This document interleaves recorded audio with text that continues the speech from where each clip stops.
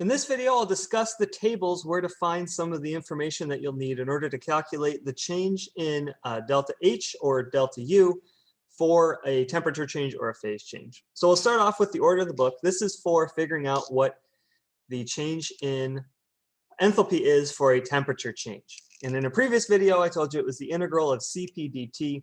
And I mentioned that Cp is a function of temperature, meaning that it's not constant for most species.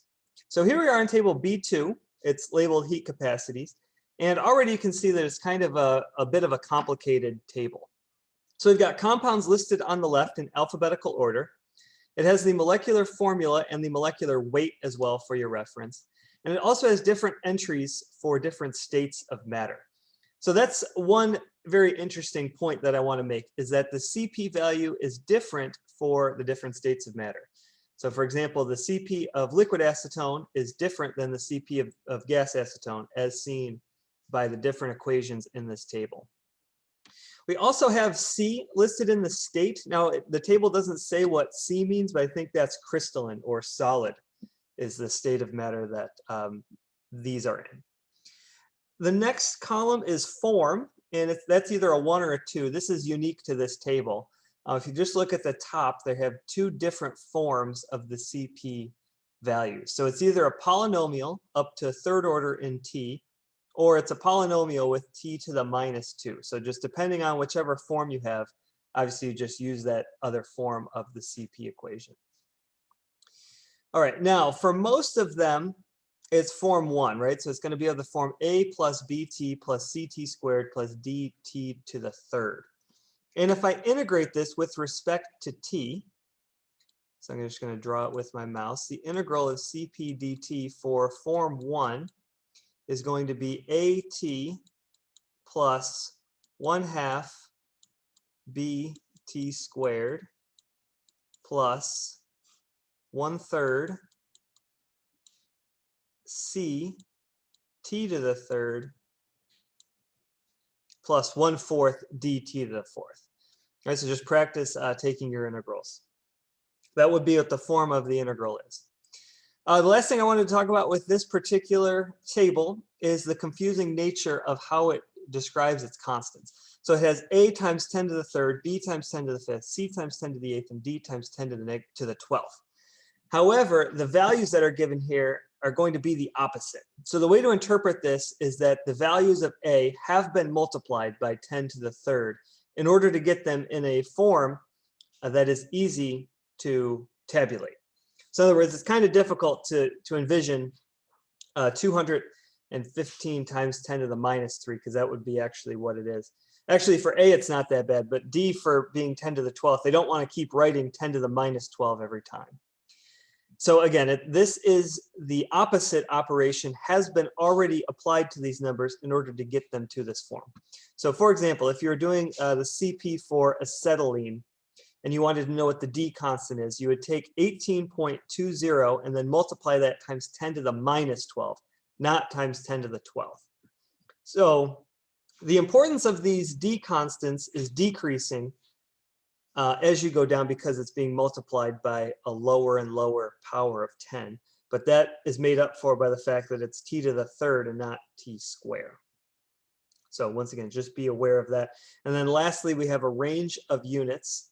So it's the same unit as is listed in the temperature unit, which, by the way, this is the temperature unit that you should use when integrating this. I don't think it makes much of a difference, because a difference in a degree Celsius is the same thing as the difference, or no, it will make a difference because it's a different quantity. So just be sure to use the temperature unit that the table tells you to use.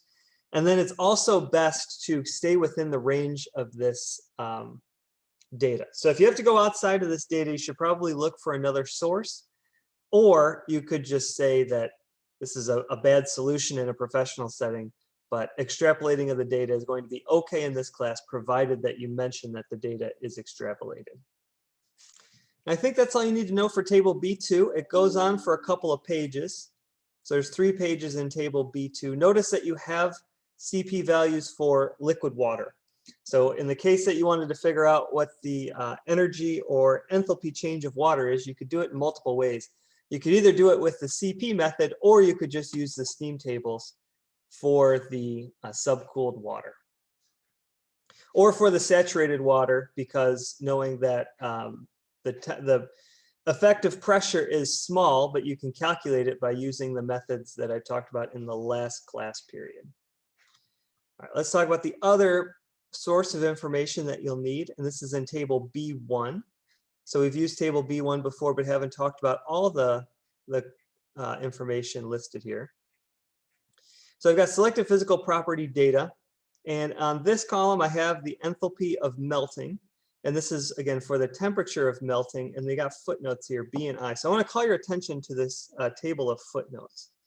So B is the heat of fusion, which is another name for the heat of melting, by the way, at T melting and 1 atmosphere.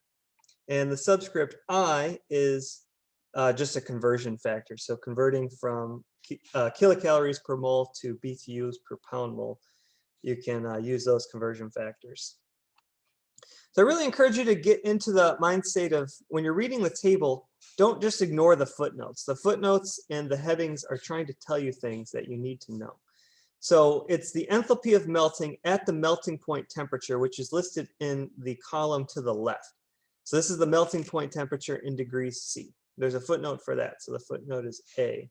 So melting point at 1 atmosphere. Similarly, if I scroll over by just a bit, I've got enthalpy of vaporization, and that occurs at the boiling point temperature, which is also listed. And I also have analogous footnotes there. So the takeaways here are that if you want the enthalpy of vaporization, you can only use it at the specific temperature that is given in the table. And the future class will learn how to deal with how to calculate the enthalpy of vaporization at temperatures other than the boiling point temperature. But for now, this should be all that you need in order to start calculating some of these changes in enthalpy or energy in response to either a change in pressure or a change in temperature or a phase change. That'll do it for this video and for this class. See you on the next class period.